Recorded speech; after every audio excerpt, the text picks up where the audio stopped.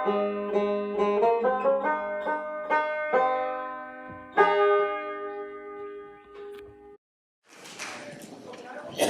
part two.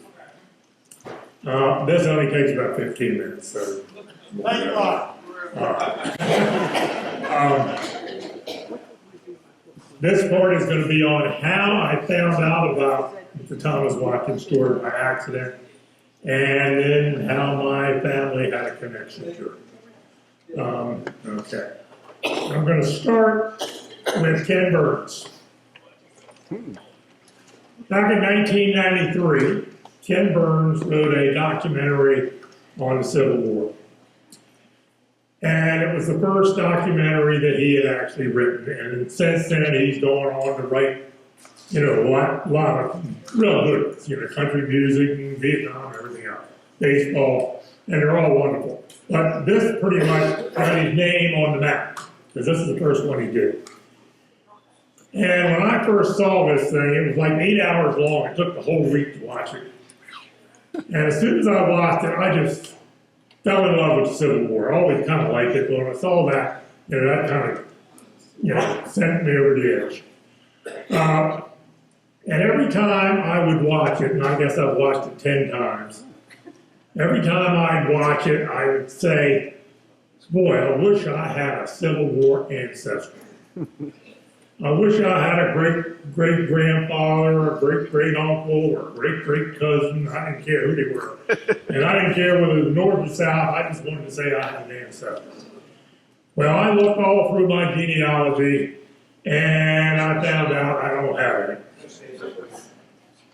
So, the story I'm about to tell you is probably as close as I come to having a Civil War ancestor.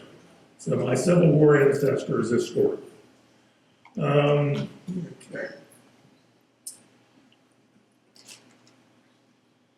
Right, that's all right, leave it there. Not quite ready, but that's all right. Right after the war, a lot of the big landowners in Davidsonville and everywhere, not just Davidsonville, but everywhere, these places that had 400 and 500 acres and 2,000 acres and all that.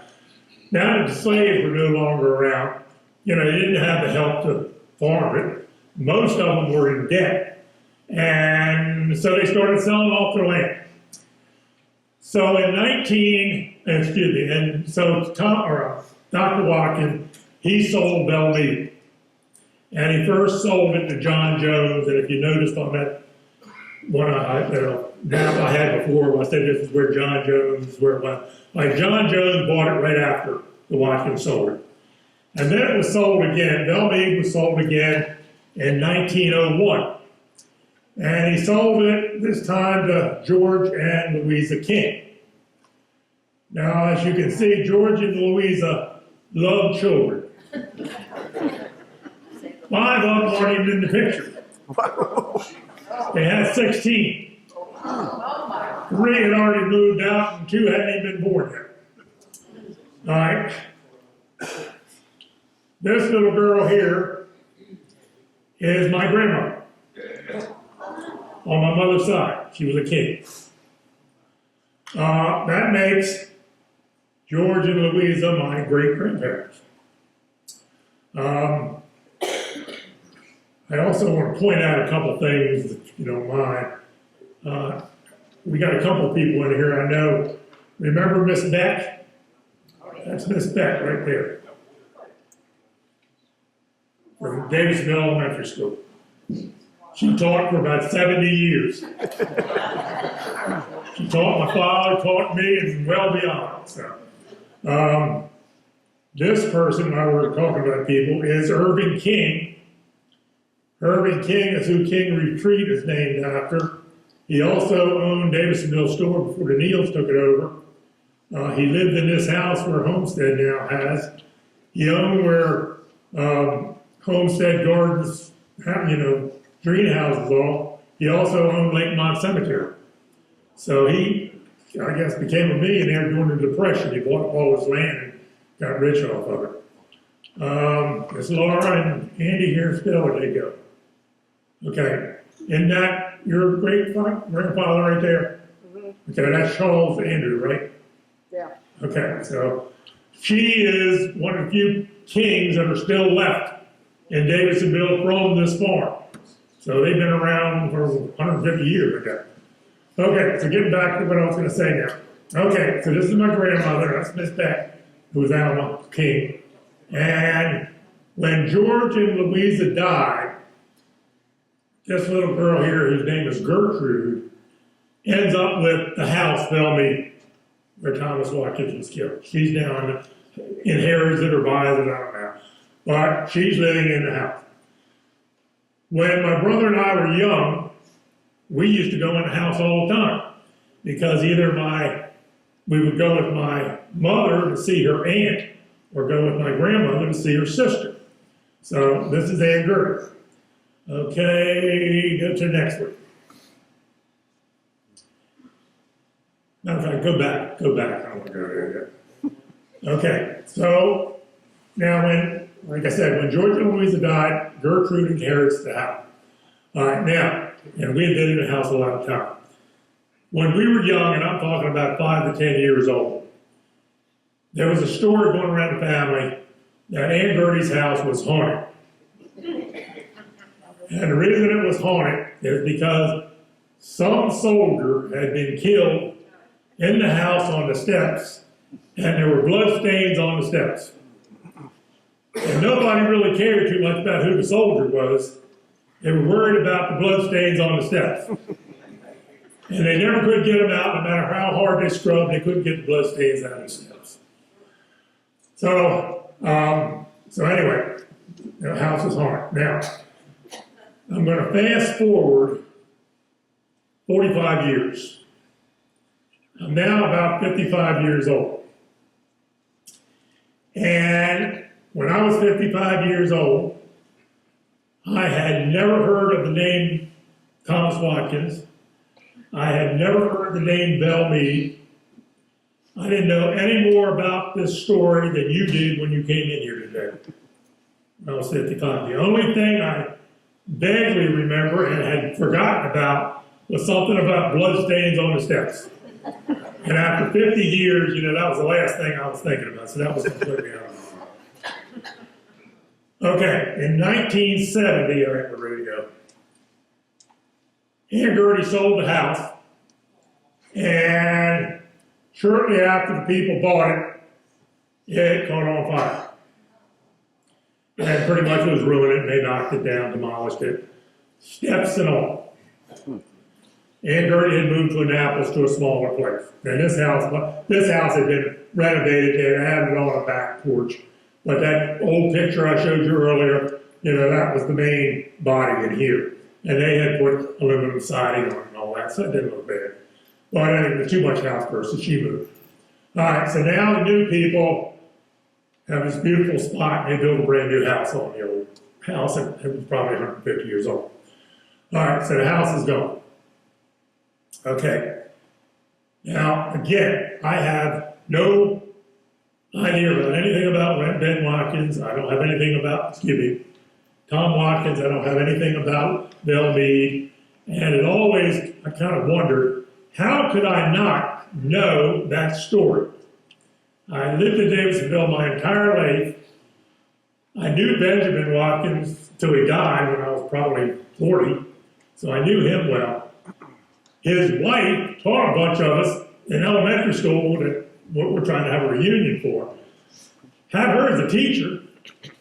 And Ben Watkins' sister lived 2 doors down from me. And not one time did anybody mention anything about Tom Watkins or Civil War or anything. So I was totally nothing. I didn't know anything.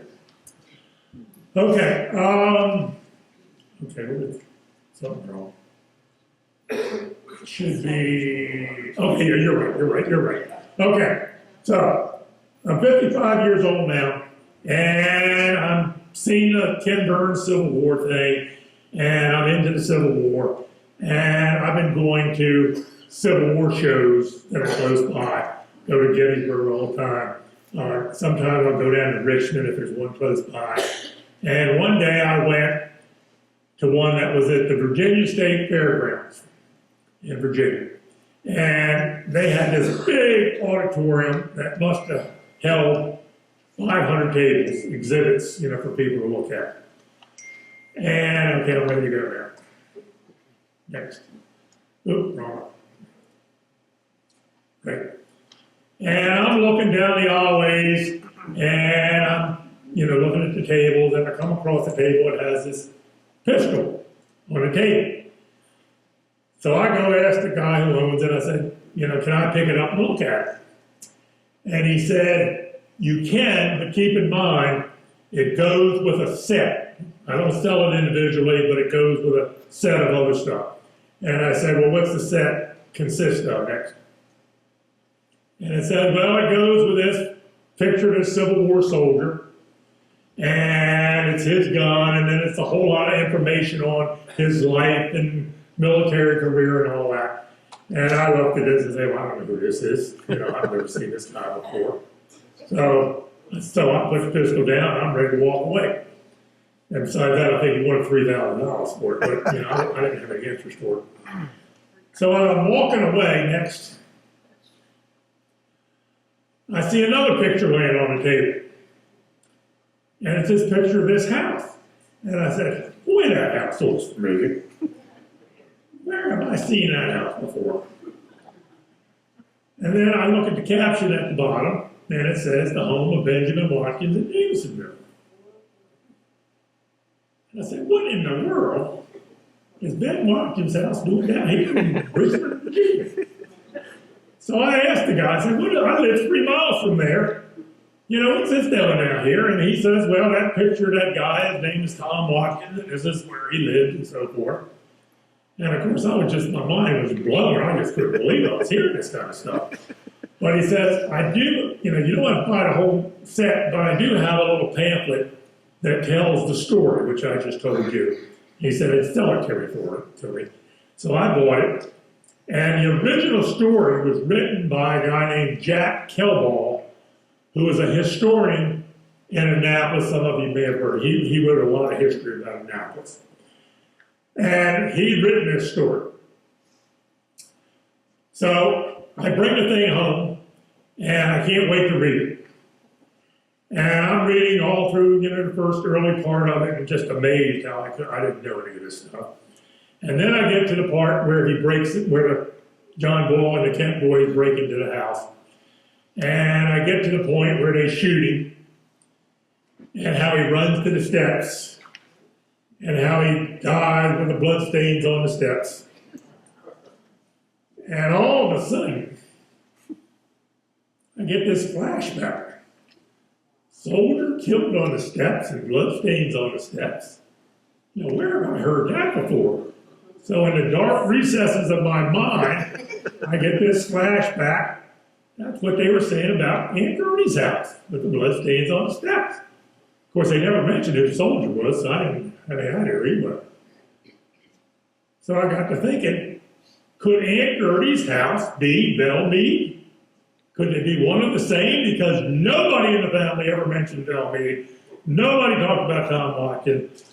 And so I said, I can't believe it, but how many soldiers could have been killed on the steps in Davidsonville? So I say, this must be maybe Aunt Gertie's house that all this took place in.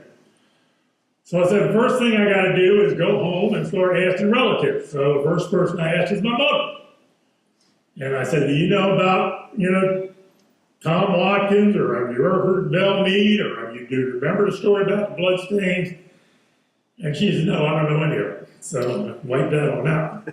She's got 2 sisters, my aunts. So I asked another aunt, do you know any of these things? I know a thing. So then I asked the third one, and she says, well, I don't know anything about Belle Meade, and I don't know anything about Tom Watkins, but I vaguely remember something about bloodstains on the steps. So I said, well, that's encouraging. At least I've not moved my mind. There's such a story. Okay, so I said, well, the only thing I know, I'm kind of exhausted family, everybody else has died off. So I said, maybe I can find out whether the property was ever called Belle Meade. So I go figure maybe they'd have it in the courthouse or over at the archives in Annapolis. And so I go over there and I get somebody to help me. And they look it up. And I get good news and bad news. The good news is they found Belle Meade. The bad news is they found two of them. So now I've got a Belle Meade 1 and a Belle Meade 2. So which one of it is the right place? Now I'm thinking it has to be Aunt Gertie's house because of, what I've been told. But it sounds like that Belle Meade 2 was built after it was Aunt Gertie's house. That was built later in Belle Meade 1, of course, was built first. And Belle Meade 1 was about a mile south of Belle Meade 2, and it was closer to Central Avenue. Matter of fact, it was down there where Bobby Chase was born and raised. It was Belle Meade 2. And when that had been dilapidated, so I figured that house might have caught on fire or dilapidated, and then they built a new Belle Meade, the same owners probably, owned hundreds and hundreds of acres around there, and they just moved the house down and built another Belle Meade. And this Belle Meade dates back to like the 1600s or something like that. It was probably a land grant or something like that for, hundreds of acres. So now I am confused. I don't know which is the real one, 150 years ago, a lot of stories could have been changed, maybe it all happened in one, and then over the course of 150 years or 60 years, it got switched to Aunt Gertie's house, so I wasn't sure. So I've kind of given up on hope. I didn't want to brag about having this as my Civil War ancestor, but I wasn't sure. So one day I'm cutting my grass, and a car pulls in the driveway, and a guy gets out. And he walks over, and the guy's name is Ben Winters. Ben Winters had born and raised in Davidsonville. He had moved, I think, to South Carolina as an adult, and I only saw him like once every 10 years. Every once in a while, he'd come by and I'd wave to him or something. But he saw me out there, so he came over and talked to me. And it dawns on me, Ben Winters is Aunt Gertie's grandson. So surely he knows the story. His father was Aunt Gertie's son who lived in the house. So I start asking him, you know all about this story? And he knows about as much as I do.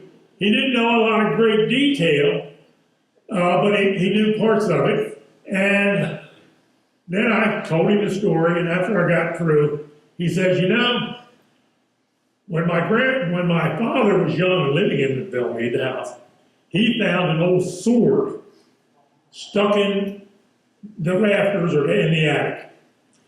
And he said, it's an old sword. I said, you know what kind of sword it is? He said, no, I don't really know much about it, other than it's old. And I said, well, where is it now? And he said, it's in South Carolina at his house. So I said, the next time you come up, which might be 6 months from now, to visit, old friends or family, because he was in the King family, if you can think about bring that sword, I'd love to see it. Figuring that, of course, he'll forget it and I'll never see it. Well, months go by, get a knock at the door, and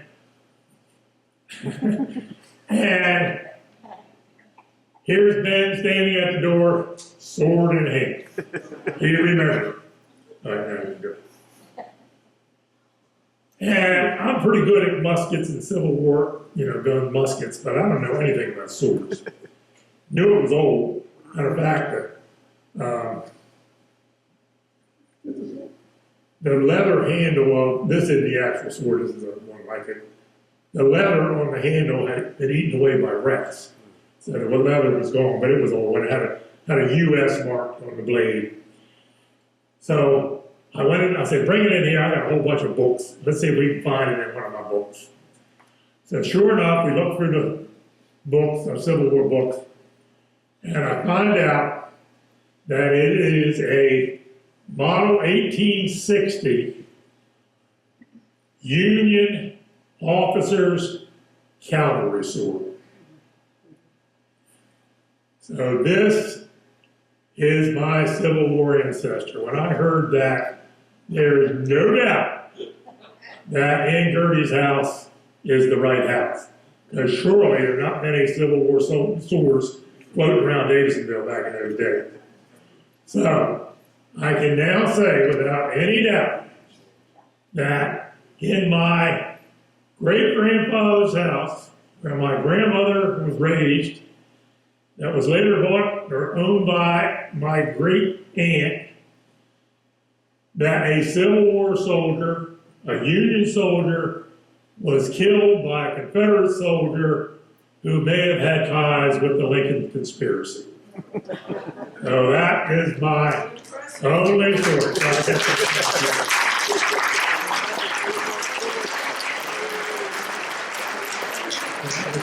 Anybody have any questions about anything, first or second part? Okay, there we go. You were pro-union, but you had slaves. And during the war, people were fighting for the union, but then after a while, this emancipation, they were fighting for the freedom of the slaves. Right, that was in '63. I was wondering how that changed. I guess there's no way to correct that. But did you ever let slave people go? Did they fight Well, for the union, or what happened to that? '63 was the Emancipation Proclamation. People in Maryland and the border states did not have to give up their slaves. All the Confederate states had to give them up in '63. We didn't really give up in Maryland and Kentucky and Missouri and Delaware. They didn't have to give up their slaves until November of '64. So we kept our slaves all until November. And by that time the war was winding down anyway. So, that was the key thing.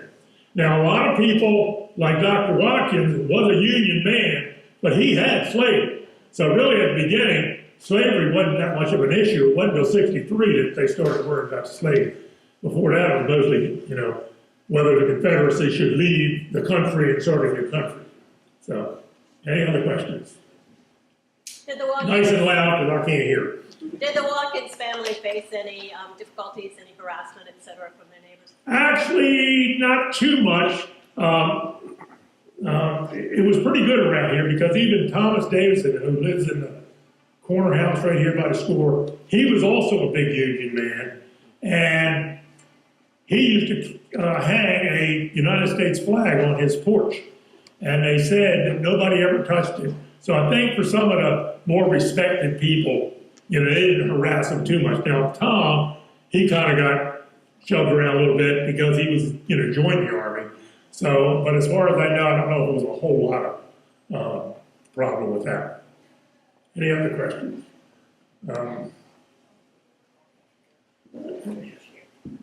You ever give this talk anywhere else? Yeah. Actually, this is the second time I've done it. And I've already got a couple people lined up already. So that's good. So as long as they got a projector, a computer to run it, I can do it.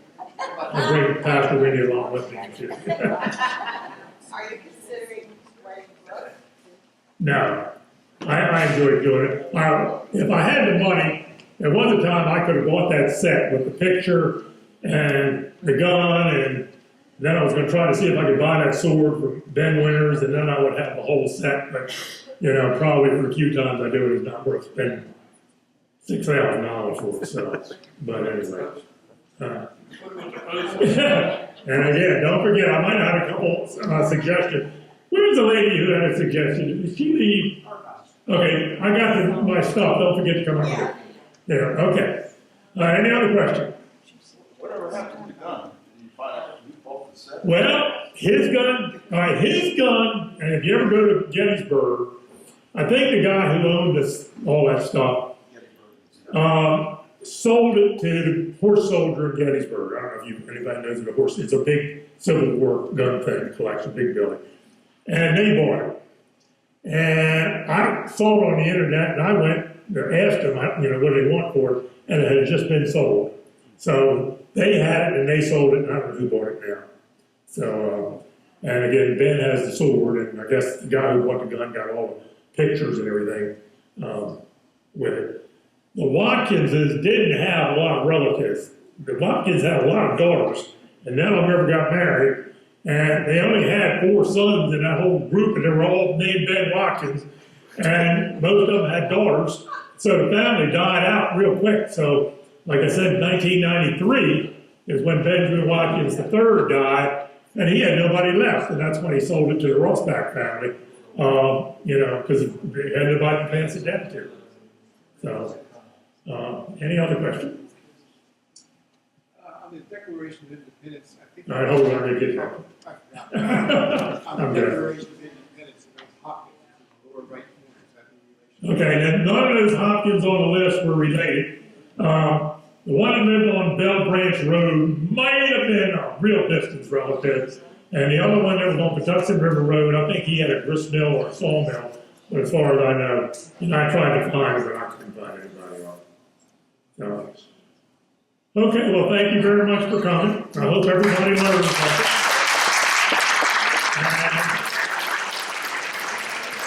You can spread the word. If anybody didn't sign up for the Davidsonville reunion, sign up now before you go.